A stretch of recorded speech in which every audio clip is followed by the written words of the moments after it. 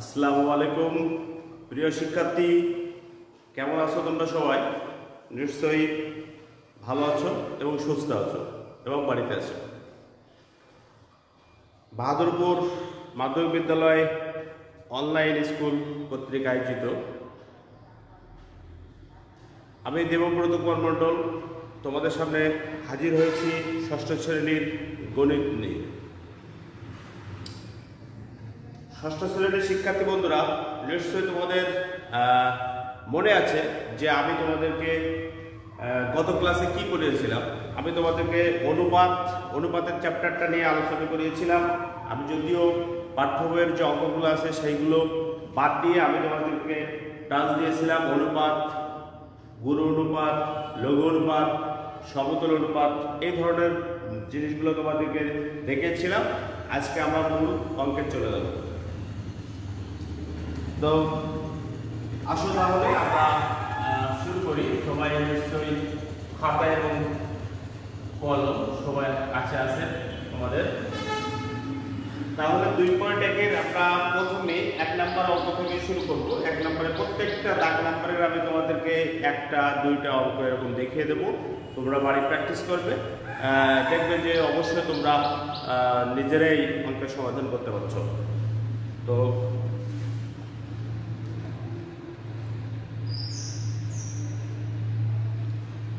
তাহলে 1 নম্বরে কি আছে আমাদের? আমরা দেখি যে ক নাম্বারটা এখানে আছে 25 ও 35।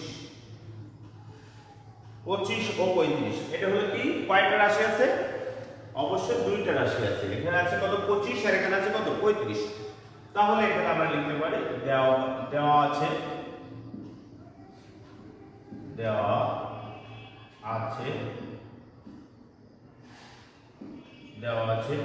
প্রথম রাশি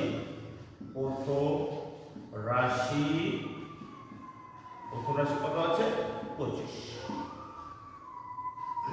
দ্বিতীয় রাশি কত আছে? দ্বিতীয় রাশি আছে 35। তাহলে এখানে আমরা লিখতে পারি যে প্রথম রাশি অনুপাত দ্বিতীয় রাশি। প্রথম রাশি অনুপাত দ্বিতীয় রাশি, অনেক সময় ইস্টু বলা যায়। তাহলে প্রথম রাশি ইস্টু দ্বিতীয় রাশি, তাহলে আমরা এখানে লিখতে পারি কত? 25 ইস্টু কত? 35। এখানে আমরা আরেকটা কাজ করতে পারি যে উভয় পক্ষে আমরা কি করব, দেখতে হবে যে দুইটা সংখ্যার ভেতরে আমাদের কত দিয়ে ভাগ করা যায়। আমরা এমন একটা এককে নিয়ে আসবো, সেই এককটাকে আর কখনো ভাগ করা যায় না, এরকম একটা বিষয়। তো যাও আমরা দেখতে পারি, আমরা এর আগেও শিখেছি যে এই সংখ্যাটার এককের ঘরে কত আছে? 5 আছে। তাহলে অবশ্যই এই সংখ্যাটা 5 দিয়ে ভাগ করা সম্ভব। আমরা আবার দেখবো যে দুইটা রাশি হলো একই সংখ্যা দিয়ে ভাগ করতে হবে। তাহলে আমরা দেখি যে এখানে এককের ঘরে 5 আছে, তাহলে এই সংখ্যাটা অবশ্যই 5 দিয়ে ভাগ করা যাবে। এর এককের ঘরে 5 আছে, তাহলে অবশ্যই এই সংখ্যাটাও 5 দিয়ে ভাগ করা যাবে। তাহলে সেই ক্ষেত্রে আমরা কি দেখি যে 5 5 25, তাহলে 5 ইস্টু কত? 5 7 35। তাহলে আমরা লিখবো যে 7। তাহলে এখানে আমরা কি পেলাম? 5 ইস্টু 7 পেলাম। তাহলে এখানে আমরা এরকম লিখতে পারি প্রথম রাশি দ্বিতীয় রাশি, এভাবে আমরা লিখি। এখানে আমরা এখানে লিখবো যে উভয় রাশিকে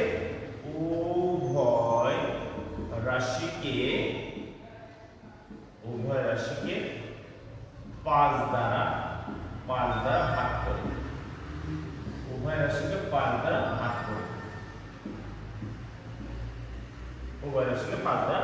ভাগ করি। ব্যাস শেষ। এইভাবে আমরা এই অঙ্কগুলো করতে পারি। তাহলে আমরা এখানে লিখবো কি? প্রাপ্ত অনুপাত। কি লিখবো? প্রাপ্ত অনুপাত। তাহলে আমরা কি পেয়েছি? 5 ইস্টু কত? 7। এইভাবে আমরা কিন্তু অঙ্কগুলো করতে পারি।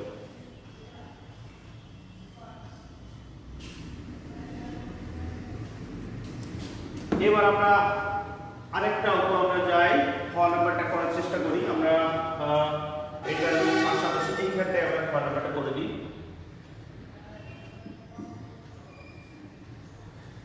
বন্ধ করে দিই। এবার আমরা দেখি যে যে এই ধরনের একটা অঙ্ক আমরা করার চেষ্টা করি যে 1 বছর 2 মাস 1 বছর 2 মাস কত আছে ও 7 মাস। তাহলে এখানে আমরা কয়টা মানে রাশি দেখতে পাচ্ছি, এই ও পর্যন্ত এখানে হলো একটা রাশি আর এই হলো একটা রাশি। তাহলে আমাদের এখানে দেখব যে আমরা দেওয়া আছে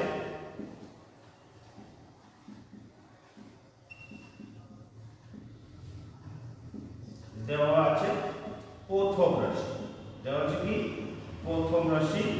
প্রথম রাশি আমরা কি দেখতে পাচ্ছি 1 বছর কত 2 মাস, 1 বছর 2 মাস। তাহলে প্রিয় শিক্ষার্থী আমরা একটা বিষয় জানি যে 1 বছর সময় সময় কত মাস 12 মাস। তাহলে এই 1 বছরকে আমরা কি করব, বছরকে আমরা মাসে চলে যাব। তাহলে 1 বছর সময় সময় এখানে আমরা লিখলাম 12 মাস, যেহেতু এখানে মাস এটাও মাস, তাহলে এখানে আমরা যোগ দিতে পারি তাই 2 মাস ব্যাস।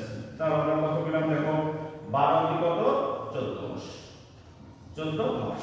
এখানে এরকম ব্র্যাকেটের ভিতরে তো ব্র্যাকেট দিতে পারো যে 1 বছর সময় সমান 12 মাস, 1 বছর সময় সমান কত 12 মাস এভাবে।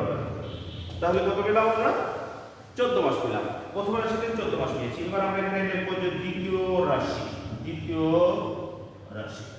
তাহলে দ্বিতীয় রাশিতে কত আছে 7 মাস, 7।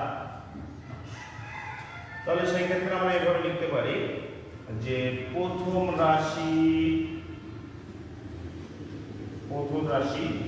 ইষ্টু হলো দ্বিতীয় রাশি, প্রথম রাশি ইষ্টু দ্বিতীয় রাশি।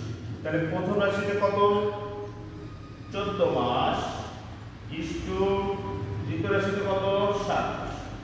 তাহলে এখন আমরা এটা কি করতে পারি, ছায়াপড়া বলতে পারবে কত দিয়ে আমরা ভাগ করব? ধন্যবাদ স্যার। যে এটাকে আমরা কি করব 2 মানে 7 দিয়ে ভাগ করব। তাহলে 7 গুলো 14 আর 7 এর কত 7। তাহলে এখানে আমরা এটা লিখতে পারি উভয় রাশিকে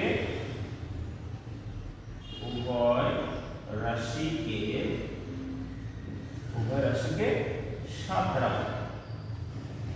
উভয় রাশিকে 7 দ্বারা ভাগ করব। এভাবে আমরা তাহলে উভয় রাশিকে আমরা 7 দ্বারা ভাগ করে দিলাম। দেখো তাহলে আমরা ক নম্বরের অঙ্কটা সমাধান করেছি আর হলো খ নম্বরটা সমাধান করেছি। তাহলে নিশ্চয়ই তোমরা এখানে পারবে।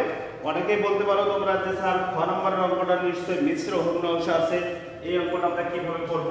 তাহলে সেই ক্ষেত্রে আমি হলো তোমাদের এই অঙ্কটা করার চেষ্টা করছি। ভয়ের কোনো কিছু নেই, যদি তোমরা এই ক্লাসটা অবশ্যই মনোযোগ দিয়ে দেখো তাহলে অবশ্যই অঙ্কগুলা তোমরা নিজেরাই করতে পারবে।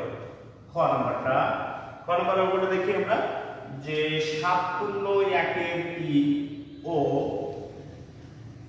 9.2 9.2 তাহলে সেই ক্ষেত্রে আমরা কি করব, এই মিশ্র ভগ্নাংশটাকে আমরা সাধারণ ভগ্নাংশ করে নেব। তাহলে সে দেখি আমরা কেমন হয় 3 × 7 = 21 আর 22।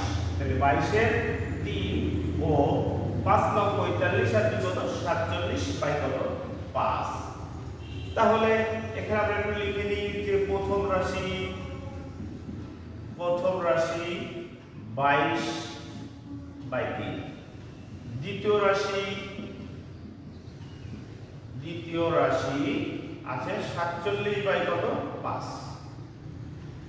সেই ক্ষেত্রে আমরা একটু লিখে নেব যে প্রথম রাশি ইষ্টু দ্বিতীয় রাশি, তাহলে প্রথম রাশি ইষ্টু দ্বিতীয় রাশিতে কি আছে আমরা একটু লক্ষ্য করব যে এখানে আছে কত 22 বাই 3 ইষ্টু হলো কত 47 বাই কত 5।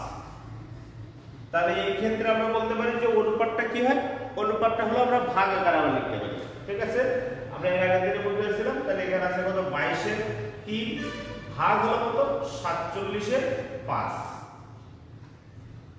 এখানে আমরা এটা লিখব যে 22 বাই 3, এই ভাগটাকে যদি আমরা এখানে গুণ করে দিই তাহলে হরটা লবে চলে যাবে, লব হরে চলে যাবে।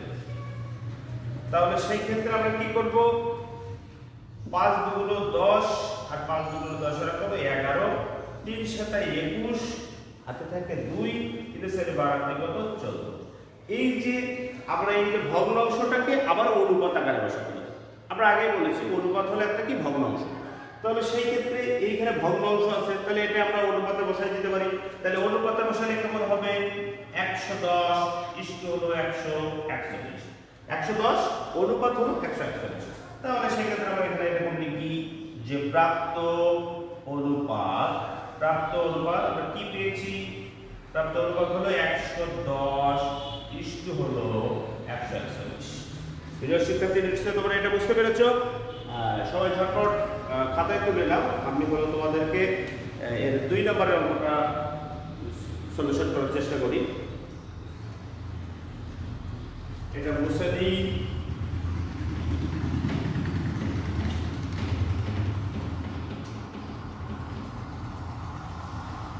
দুই নম্বরের অঙ্কটা হলো নিচের অনুপাতগুলোকে সরলীকরণ করা।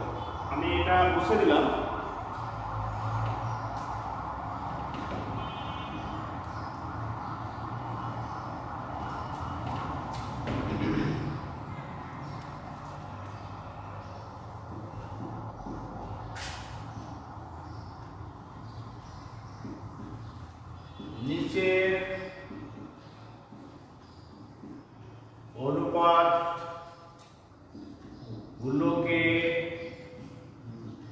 নিচের অনুপাত গুলোকে সরলীকরণ করতে হবে। সরলীকরণটা কেমন সেটা আমরা একটু দেখি। সরলীকরণ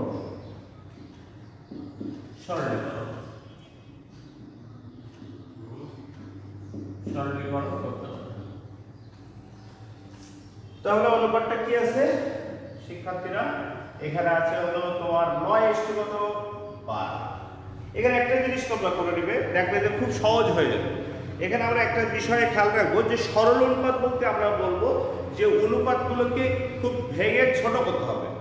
এক কথায় লঘিষ্ঠ আকারে যেমন আমরা অঙ্কগুলো করি না, সেরকম করতে হবে, অর্থাৎ একেবারে ছোট এককে আনতে হবে। তাহলে সেই ক্ষেত্রে আমরা কি এই অনুপাতটা আমরা কি করব? ভগ্নাংশ আকারে বসাতে পারি।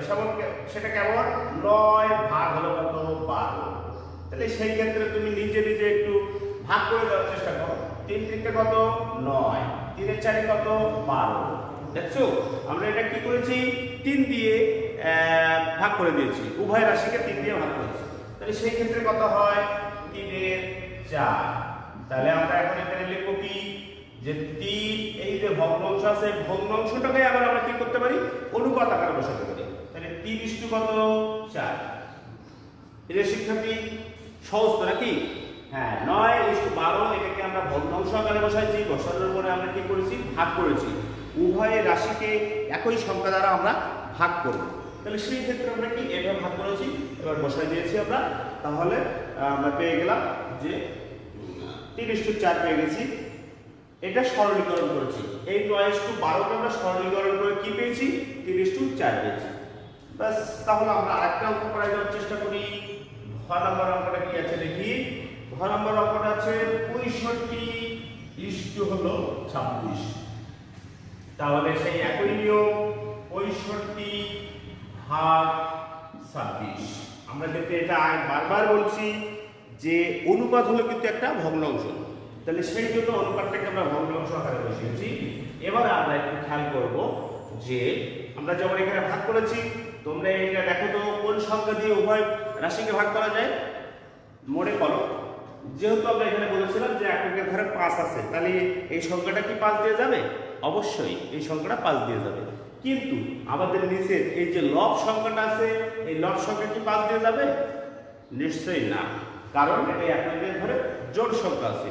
আমরা জানি যে 5 দ্বারা বিভাজ্য সূত্রটা হলো কি, এককের ঘরে যদি 5 থাকে অথবা 0 থাকে তাহলে আমরা বলবো যে এই সংখ্যাটা 5 দিয়ে ভাগ করা যায়।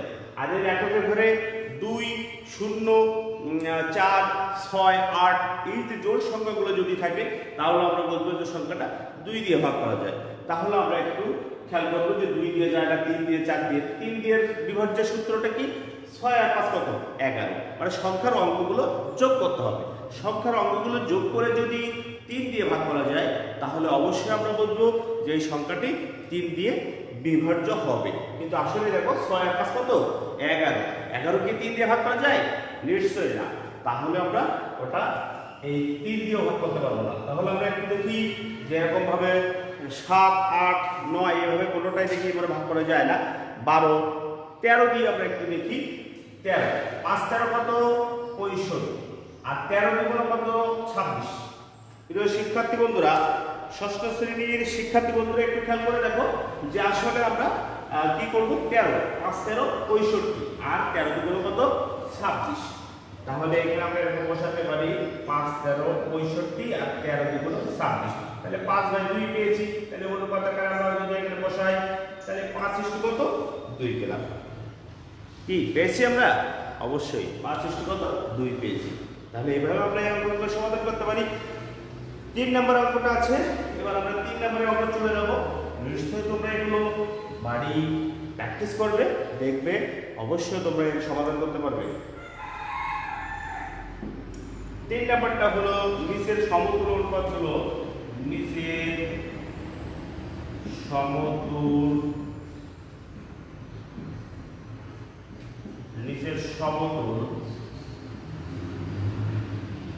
নিচের সমতুল অনুপাতগুলোর খালি ঘর পূরণ করতে হবে। এইগুলো কিন্তু আমাদের বহু নির্বাচনিত অনেক সময় আসে। ঠিক আছে, খালি ঘর পূরণ সেটা কেমন আমরা একটু দেখি। ক নম্বর একটা অঙ্ক আমি এখানে বসানোর চেষ্টা করি। 2 কত আছে 3 সমান 8 হলো খালি ঘর। প্রিয় শিক্ষার্থী, মাথায় চাপ নেওয়ার কোনো দরকার নেই। আমরা মনে করি যে এই পর্যন্ত হলো একটা অঙ্ক আর এই পর্যন্ত আরেকটা অঙ্ক। তাহলে আমাদের কাজটা প্রথম পর্যায়ের কাজটা কি? নিশ্চয়ই এটাকে অনুপাত আকার আছে, এটাকে আমরা বসাবো ভগ্ন অংশ আকারে। তাহলে ভগ্ন অংশ আকারে কি বসাবো? 2 বাই কত 3 সমান 8 বাই কত খালি ঘর। দেখো তো কঠিন করে কিছু না। বা আমরা দেখি মাঝখানে যদি সময় সমান থাকে তাহলে অবশ্যই আমরা বাম পাশে বা দিয়ে শুরু করব। তাহলে এখানে বা দিলাম, এখানে যদি আমরা বা দিই একটা বিষয় খেয়াল করবা, যেহেতু আমার খালি ঘরটা পূরণ করতে হবে, খালি ঘরের মানটা বের করতে হবে, তাহলে খালি ঘরের সাথে আমাদের আগে গুণ করতে হবে। সেটা কেমন? এই আর গুণটা আগে করতে হবে। তাহলে সেই ক্ষেত্রে কি আছে?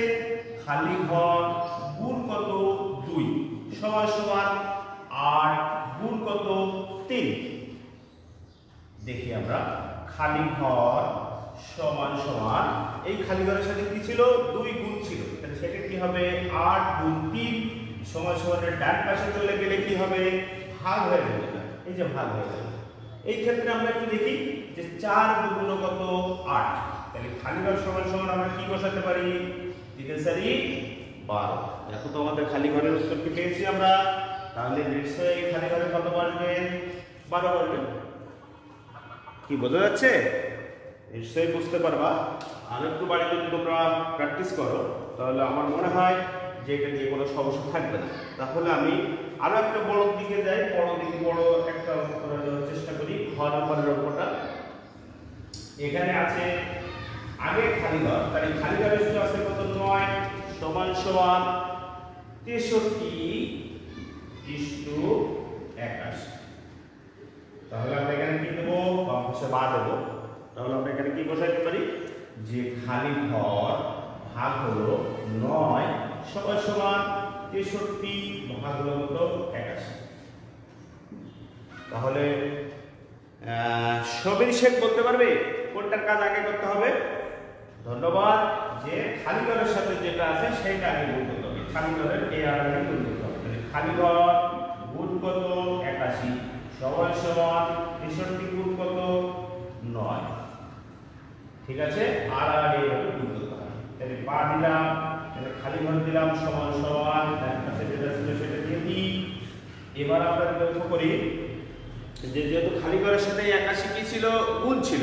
তাহলে সব মানে আমাদের যদি সাইড চেঞ্জ করে বাম পাশ থেকে ডান পাশে যায় তাহলে আমরা অবশ্যই এটা ভাগ করে দেব। এভাবে আমরা ভাগ করে দেব। তাহলে 9 কে 9 9 কত 81 7 কত হয় 63। তাহলে খালি ঘর সমান কত হবে? 7। তাহলে এখানে আমরা কি বসাইতে পারি? 7 বসাতে পারি। নিশ্চয়ই বুঝতে পেরেছো তোমরা? এইভাবে আমরা এই অঙ্কগুলোর সমাধান আমরা করতে পারি। যাই হোক, তাহলে এটা তোমরা উঠাই নাও। আমি তোমাদেরকে 4 নাম্বার অঙ্কটা দেখি, 4 নাম্বার অঙ্কটা কিভাবে সমাধান করা যায় সেটা একটু খেয়াল করবো। 4 নাম্বার অঙ্ক একটু মোটামুটি আরো সোজা আছে, সমস্যা নেই। 4 নাম্বার অঙ্কটা দেখাই দিয়ে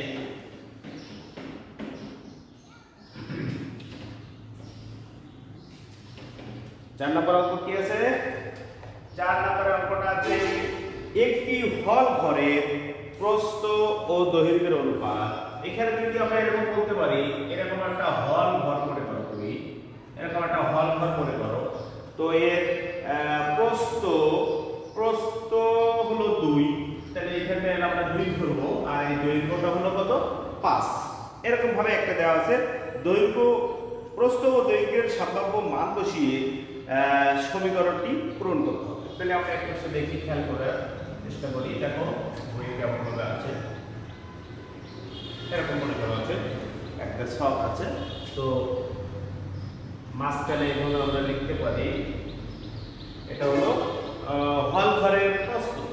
এটা কি আছে? হল ঘরের প্রস্থ। এটা হলো হল ঘরের প্রস্থ, আর এটা হল ঘরের দৈর্ঘ্য, হল ঘরের দৈর্ঘ্য। তাহলে 1 2 3 4 5টা, তাহলে 1 2 3 4 5টা আছে না? এখানে আমরা একটু খেয়াল করবো যে ঘরে যা আছে, এখানে আছে 10, এখানে আছে 25, এখানে আছে 50, এখানে আছে 40, এখানে আছে 200, এখানে আছে 160। কোনো রকম টেনশন নাই, একটু খেয়াল করো। আমি যে তোমাদের সহজ যে টেকনিকটা দেখাই দিচ্ছি সেটা তোমরা করো। এখানে একটা জিনিস খেয়াল করো তো, 25 আর এখানে আছে 50, তাহলে 25 দ্বিগুণ কত হয়? কয়বার চাই? 25 50 এর ভিতরে ধন্যবাদ, যে 2 বার চাই। তাহলে 2 দিয়ে এই 10 এর গুণ করো, তাহলে 10 দ্বিগুণ কত হবে? 20। একটা জিনিস খেয়াল করো, এবার যেহেতু এই ঘরে আছে, এই ঘরে নাই, তাহলে 10 এই 20 40 এর ভিতর কয়বার চাই? 20 দ্বিগুণ 40, 2। তাহলে আমরা লিখবো 50 এর সাথে 2 গুণ করলে কত হয়? 50 দ্বিগুণ কত হয়? 100। আচ্ছা, এবার দেখো এইটার সাথে এটা ভাগ করলে 100 দ্বিগুণ, তাহলে 2, সেই 2 এর সাথে আবার 40 গুণ করো, 40 দ্বিগুণ কত? 80। আবার এই 80 দ্বিগুণ 160, তাহলে 2 এর সাথে গুণ করো, তাহলে 200 এর সাথে 2 গুণ করলে কত হবে? 400। প্রিয় শিক্ষার্থী, এইভাবে আমরা এই অঙ্কগুলো সমাধান করে দিলাম। আমি তোমাদের 4 নাম্বারের অঙ্কটা এভাবে দেখো, ভালো করে খেয়াল করো। আমরা দেখেছিলাম এটার সাথে এই সংখ্যাটা ছিল, তাহলে 25 50 এর ভিতর 2 বার যায়, সেই 2 এর সাথে এটা 10 দ্বিগুণ 20, 20 দ্বিগুণ 40, 2 সব সময় 2 দিয়ে 50 দ্বিগুণ 100। আবার আমরা এখানে দেখি 100 দ্বিগুণ 200, এখানে 40 দ্বিগুণ 80, 80 দ্বিগুণ 160, 200 দ্বিগুণ 400। এভাবে আমরা 2 দিয়ে গুণ করলে আমরা অঙ্কটা সমাধান করতে পারবো। যা হোক, আমরা এবার তোমাদের কিছু বাড়ির কাজ দিই। আমরা বাড়ির কাজগুলো অবশ্যই উঠাই নাও।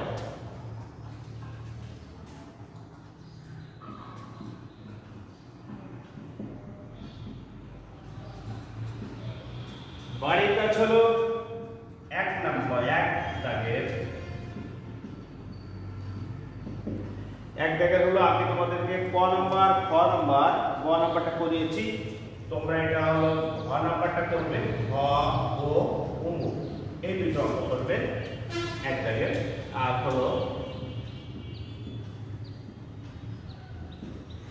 2 দাগের ক আর ঘ করাইছি আমি, তাহলে খ আর গটা করবো, খ ও গ।